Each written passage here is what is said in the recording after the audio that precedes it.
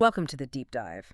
Today, we had actually planned on taking you way back, to the age of ink and paper, Hmm. to the man who really pioneered the sensational headline, William Randolph Hearst, the undisputed model for Citizen Kane. Right. The original medium of it. Exactly. We wanted to look at his family fortune, his, let's say, financial recklessness, and how he basically used centralized media to, almost will a war into existence. That was definitely the plan. Those core themes, Right, yeah. centralized power, huge ego, ambition just running wild. Oh. But the sources you provided, they echo all those themes, every single one, but they point them squarely at the 21st century, not the 19th. Yeah, absolutely. It was kind of a surprise. Zero details on 19th century newspaper barons. Instead, what we got was this deep and frankly sometimes dark look at the modern media The moguls. tech titans, yeah. The financial architects, the ones who really inherited that Hearstian blueprint for controlling the narrative today. So the deep dive pivots.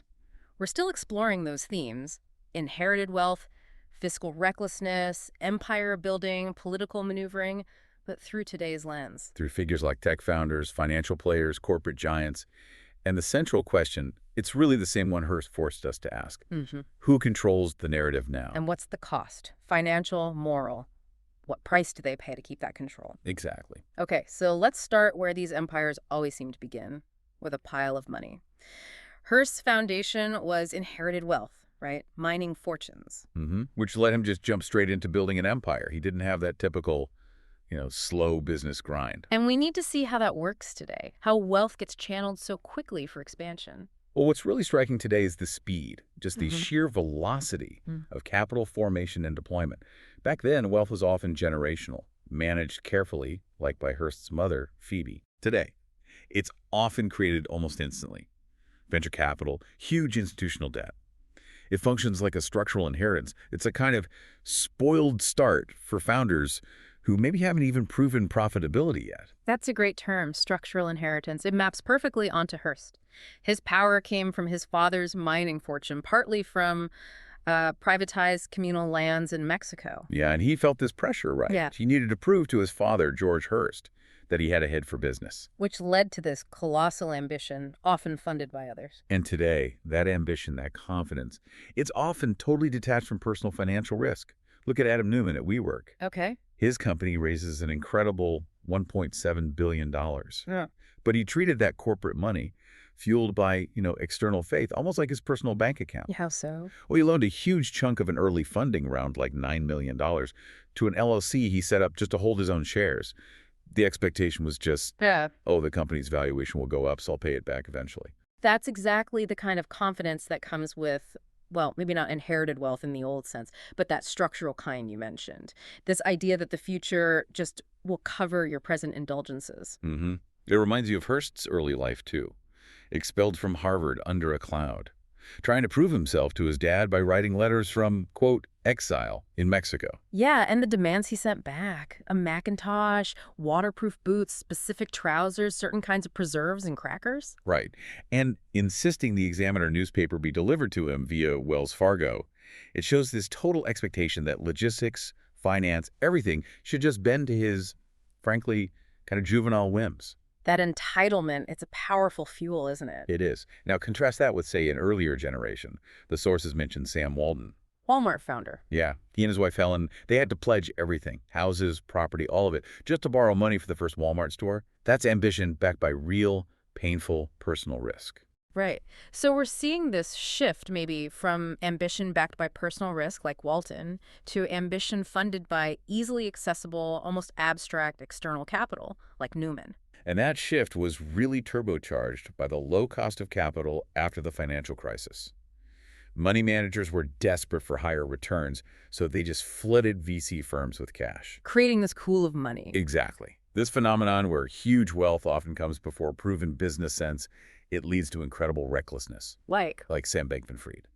The sources describe him raising capital and just sort of filling in a number, like $20 billion valuation for a tiny 0.05% stake from a VC firm that apparently didn't even have basic info on this business. wow. The sheer availability of credit, whether you're profitable right now or not, That's the contemporary family fortune. It's like borrowing from Phoebe Hearst, but instead of one person, you're leveraging the faith of the entire institutional investment world. On a massive scale, it's the structure that guarantees these individuals can keep operating at that altitude, regardless of short-term losses.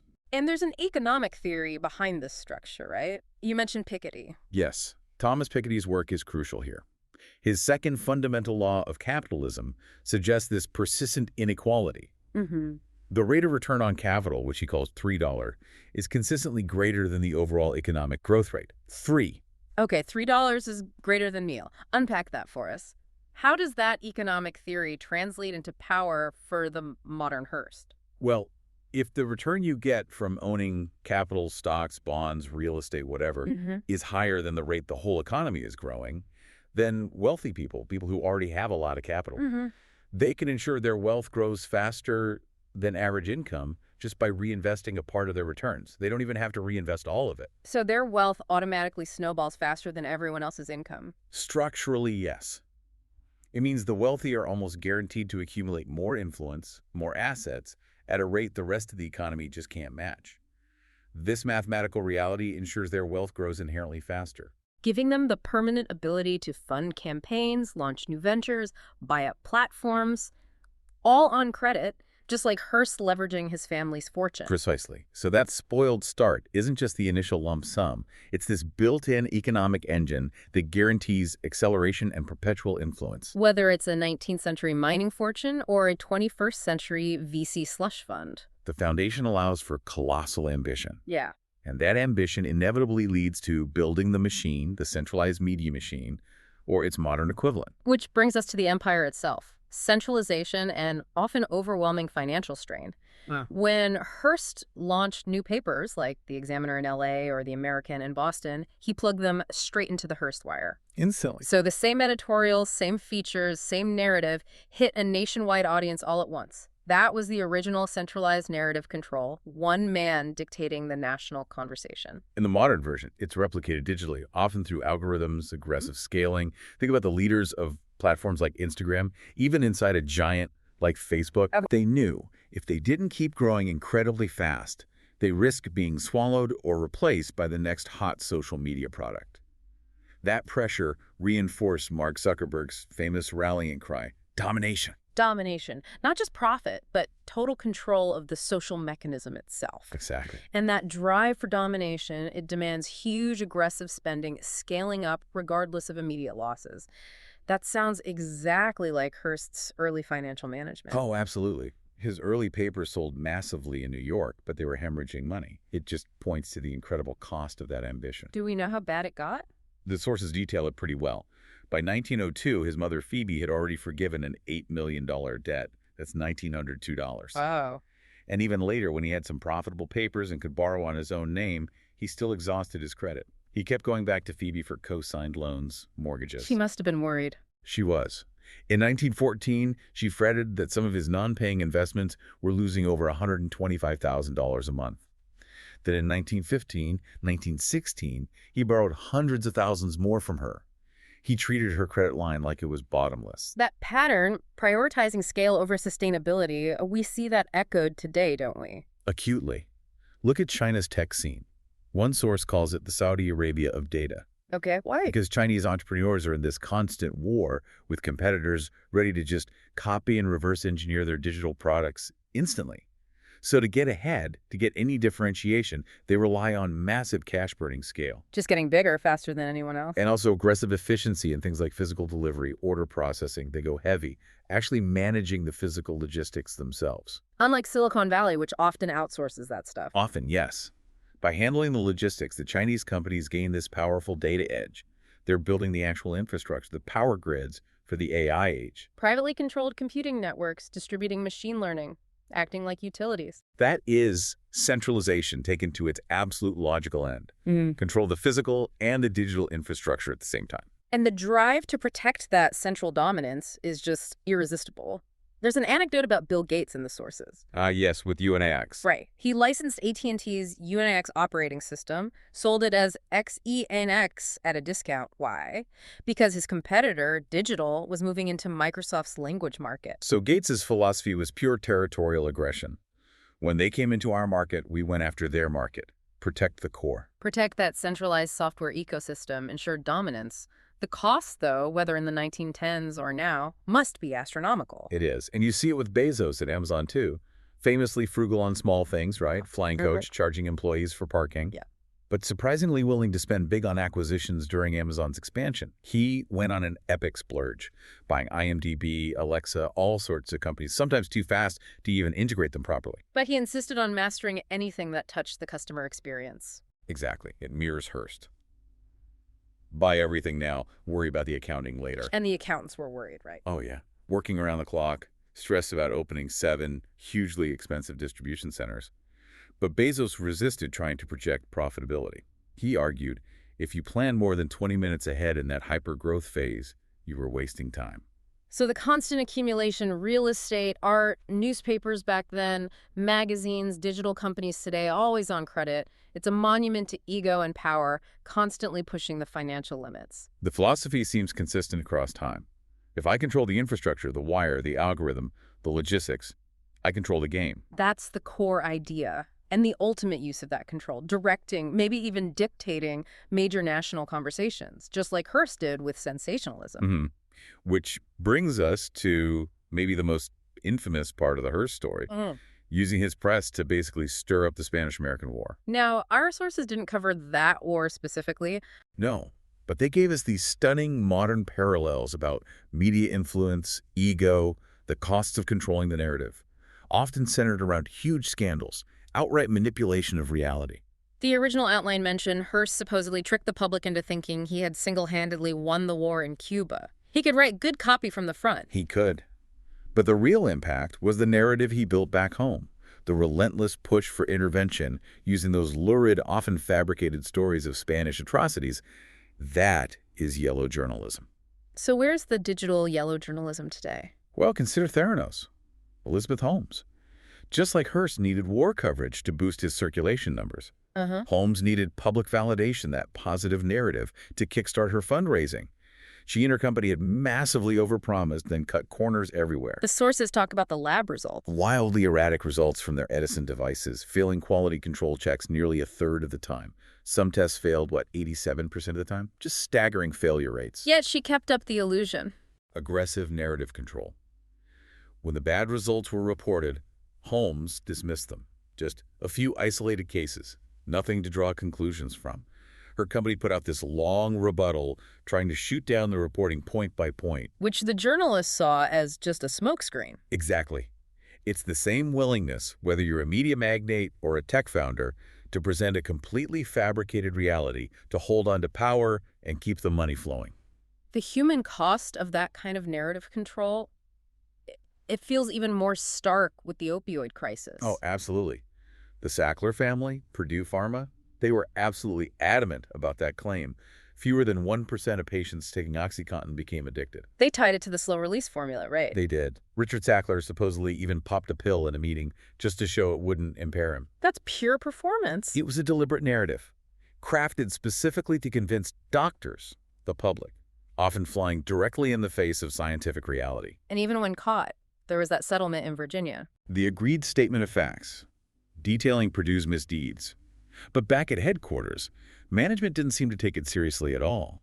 They immediately voted to expand the sales force by another 100 reps, get back to selling the drug. Wow. So the cost of sensationalism for Hearst was borrowing more money for war correspondence. Today, the cost is maybe moral, legal. But the objective is the same. Keep the machine running, keep the profits coming, no matter the consequences. And that drive for control, it's explicit, isn't it? Even in platform acquisitions, like Elon Musk wanting Twitter. Right. He told someone, there is no way to fix the company as a 9% shareholder. He needed full control, he claimed, to scrub out the bots and scammers. Okay, that's an interesting distinction. Hearst was controlling the content, the editorial narrative. Musk says he needs to control the platform mechanics, the infrastructure of the conversation itself. Is it a distinction without a difference? That's the question. Is controlling the algorithmic wire a whole new level of power? I think it's both a distinction and a huge magnification of power. Hearst owned the pipe and the water flowing through it. Okay. These modern titans, they own the pipe, the water, and the valve, deciding who gets to drink. When you're the owner, you believe your version of reality about bots, censorship, scientific validity should be the one that prevails. It comes straight from that Citizen Kane place, doesn't it? The massive ego demanding control, not just of the market, but of truth itself. hmm And that ego, plus the relentless accumulation of debt, whether it's financial or moral, it often just tramples sound business sense. You see it in high-stakes finance, too. Like leveraged buyouts, LBOs. Exactly. The RJR Nabisco LBO is a classic example from the sources. Hmm. An LBO is basically using a mountain of borrowed money to buy a company. And then you pile that debt onto the company you just bought. Right onto its books. It's a high-stakes, high-debt gamble that prioritizes the active acquisition, the ultimate power move, the ego statement, over the sustainable operation of the company afterwards. So the conquest moment matters more than the long-term health of the kingdom. That's a good way to put it. It parallels Hearst perfectly. Buying new papers, sending correspondence, building the castle. It was driven by ego, even as the finances were collapsing underneath and he needed more loans, The bigger the ego, the more debt the empire takes on. regardless of consequences. And as these empires get bigger and consolidate power, their influence naturally spills over into politics. They start dictating not just what you read, but who you vote for. Hearst was always political, wasn't he? Appealing to the people, not bosses or corporations. But later, that partisanship got really aggressive. His all-out war against the New Dealers, against communist agents in the 1930s. And that alienated people who used to support him. It did. The sources highlight a warning from Tom White, one of his trusted associates, in 1936. What did White say? He warned Hearst that his relentless attacks, especially on figures like Felix Frankfurter, were alienating groups that had backed him for 50 years, specifically mentioning Jewish leaders, implying that criticism was being seen as anti-Jewish. And Hearst's reaction. Classic Hearst. Refused to back down an inch. He basically said, I don't think any man should be attacked because of race or religion, or be immune from attack because of race or religion. He insisted, he was purely political, about Frankfurter's New Deal policies. A refusal to moderate his platform, even if it cost him his base. Total refusal. And we see this pattern of strategic political influence playing out today, often way before an election even happens. How so? Look at the Koch network. They didn't just fund campaigns directly, they funded the entire intellectual pipeline. What does that mean, the pipeline? They financed things like the Political Theory Project at Brown University, its specific design, exposed freshmen in seminars to free market classics like Hayek. They funded faculty research, arguing bank deregulation helps the poor. So they're not just backing candidates, they're proactively funding the long-term narrative, shaping the intellectual foundation for future political views, using their immense wealth. Exactly. It's far more strategic than just a single endorsement. And when opposition arises, that wealth translates into immediate disproportionate power. Like with campaign finance. Yeah, the sources mentioned the Obama campaign realizing they had to change their stance on super PACs. Why? Because the outside Republican spending against him was projected to hit $660 million after the Citizens United ruling. $660 million. And to put the cut's influence in perspective back then, their PAC spent $4.3 million between 2005 and 2008. ExxonMobil spent $1.6 million in the same period. It just shows the outsized impact of a few players leveraging huge capital. And the media arm of this is even more direct. Roger Ailes at Fox News. Ailes had a goal much bigger than just reflecting conservative views. He told executives, point blank, according to the sources, he wanted to elect the next president. Wow. After giving the first Tea Party rallies wall-to-wall coverage, Ailes later explicitly told execs to dial back the promotion. It shows the network's control was strategic, tactical, not just mirroring the base, but directing it. Ailes controlled his era's digital wire, using it for political manipulation, just like Hearst used his physical wire for his own agenda, his war against the New Deal. And it all requires that massive, self-perpetuating wealth to keep accumulating assets. Whether it's Hearst buying real estate, art, newspapers on credit, or the colossal scale of wealth we see today, it's about building an unassailable fortress of influence. And again, structurally, it ties back to Piketty's $3 greater than day dollars. That law helps explain how they can keep doing it. Because their financial engine accelerates faster than the rest of the economy, their ability to buy assets, exert influence, it just structurally increases year after year. This kind of accumulation and centralization, it's not new though, is it? It feels like an American tradition of power. Definitely not new. J.P. Morgan didn't operate by some grand conspiracy, but by what the sources call a messianic faith in his ability to reorder businesses. He used tools like the voting trust to endlessly multiply his power. Controlling other people's money. A later partner said Morgan's power wasn't his own millions, but in the billions of which he was the trustee. It's about centralizing control of capital. Or Commodore Vanderbilt merging 11 small railroads into the giant New York Central. Prompting fears that, quote, the government ought to take it away from him, as it is too dangerous a power for any one man to have. Sound familiar. Very. Or Zuckerberg instilling that value of domination, to make sure no competitor could ever catch up to Facebook. The mechanism is consistent. Amass, centralize, and refuse to yield narrative or market share. And that ultimate control is sustained by applying vast, often self-generating wealth, leveraging debt and centralization to shape the entire landscape. Which brings us back finally to the core legacy of William Randolph Hearst, but framed through all these modern parallels. So after looking at how his themes play out today, what's the big takeaway? What really stands out? I think Hearst's enduring legacy is the proof of concept. The person who controls the narrative can, in many ways, control the country.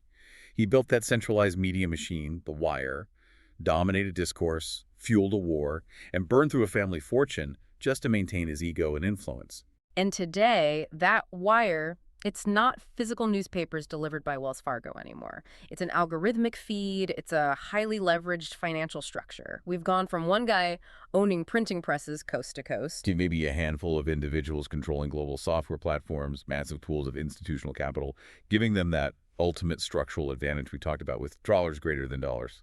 So the challenge for you listening today, It's really two things, I think. First, learning to recognize the contemporary forms of yellow journalism, the digitally manipulated realities, whether it's flawed data at Theranos or the carefully tailored political messaging pushed by a platform owner. okay, recognizing the manipulation. What's the second? Understanding the structural mechanism that sustains this power. Huh. That $20 greater than $80 reality means the wealth, and therefore the influence, of these modern titans is structurally designed to grow perpetually. It's almost independent of their short-term business performance sometimes. Which leaves a pretty big question for you, the listener. If the power of the press once rested on one man's ability to borrow endlessly and push his story across the continent, what does that power look like now? When narrative control can be exerted instantly, globally, through algorithms and platforms. And how much debt, financial, or maybe more importantly, moral debt, is needed to sustain that power today? The empire might have shifted from, California castles to Silicon Valley data centers. But that drive for absolute control, that seems unchanged. That centralized narrative control is the ultimate inheritance of our modern era. And we're really just starting to grasp its full implications for democracy, for public truth. A fascinating and maybe slightly unsettling deep dive into the real and the digital Citizen Kanes.